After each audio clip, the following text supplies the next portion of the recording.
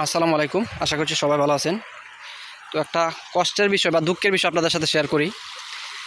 এটা হচ্ছে বড় একটা বিল এবং এটা হচ্ছে আমাদের ছোটো একটা হাওর।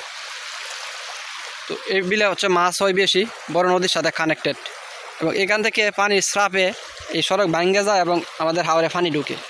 কিন্তু পানি ঢোকার সাথে যে মাছ ঢুকবো এরকম কোনো সুযোগ নাই, কারণ হচ্ছে এদিকে আছে একটা জাল, গুপ জাল, এবং এই জালটা হচ্ছে এখান থেকে শুরু হয়েছে, ওই পাশে একটা বোতল আছে এই পর্যন্ত। এই যে দেখেন প্রায় 40 হাত লম্বা হবে। এটার ভিতরে যদি একটা মানুষ পড়ে তাহলে মানুষ মারা যায়, মানুষটা বের হয়ে আসতে পারে না এরকম। এবং যখন পাচ্ছে জানলা 3 থেকে 4 দিন পর একটা গরু মারা গেছে অবশ্য। তো যাই হোক, এখন কথা হচ্ছে এর সামনে আছে আর এক সালি বাইর আছে, বাঁশ দিয়ে তৈরি মাছ ধরার ফাঁদ, এটাকে আমাদের আঞ্চলিক ভাষায় বলি বাইর। তো এইগুলো বাঁশ দেখতেছেন, এগুলো হচ্ছে আমরা বেড়া দিছিলাম যাতে বাঁধটা টিকে থাকে। বাঁধ সম্ভব হয় নাই, কেন সম্ভব হয় নাই সেটা আপনারা আমার ইউটিউবে অথবা ফেজে আগের ভিডিওগুলো দেখে আসলে বুঝতে পারবেন। এই নিয়ে বিস্তারিত ভিডিও আপলোড করছি। তো এর সামনে আর এক সালি বাইরে আছে এদিক দিয়েও। এখন একটা মাছ যে দেখতে ফার হয়ে যে এদিকে যাইবো, আমাদের হাওরে এরকম কোনো সুযোগ নাই, এবং হাওর থেকে একটা মাছ উজা আইবো এদিকে এরকম কোনো সুযোগ নাই। সব জায়গা হচ্ছে ব্লক। আর এটা হচ্ছে বাঙ্গা, যেটা বিষয়টা হচ্ছে এটা আমাদের পার্শ্ববর্তী গ্রামের লোকজন হচ্ছে এটা ভেঙে ফেলে, যেটা অন্য ভিডিওতে বলছি।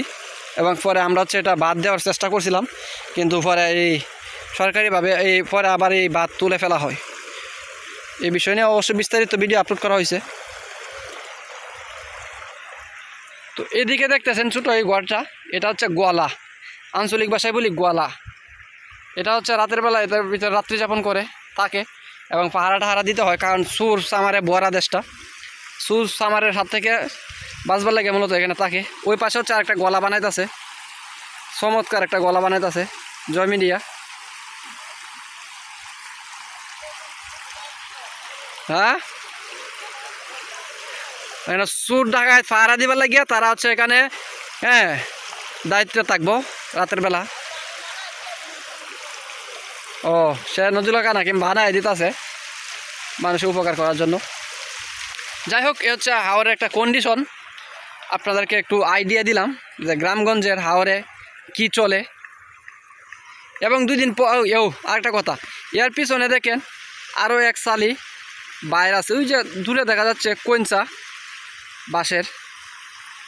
এরপরে আরেকটা সালি আছে, এগুলো হচ্ছে চায়না বাইর পিছনে যেগুলা।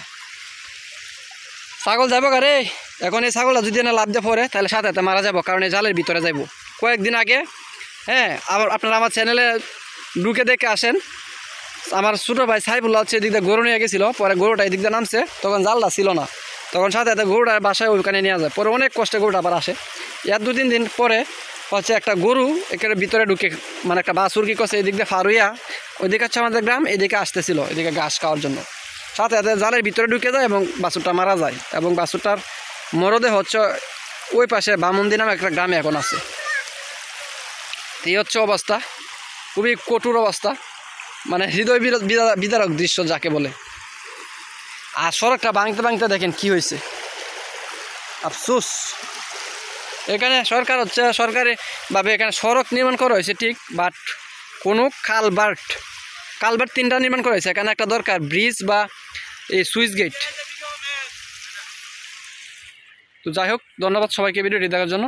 সবাই ভালো থাকবেন, এবং গ্রামীণ ভিডিও আরও দেখতে চাইলে ফেসবুক পেজে দেখে থাকলে অবশ্যই ফলো দিবেন এবং সাবস্ক্রাইব করতে পারেন যদি ভালো লাগে ভিডিওটি। আসসালামু আলাইকুম, আল্লাহ হাফিজ। এবং দেখেন এদিকে কি সুন্দর চমৎকার একটা দৃশ্য, এটা হচ্ছে সূর্যাস্তের দৃশ্য, মাশাআল্লাহ।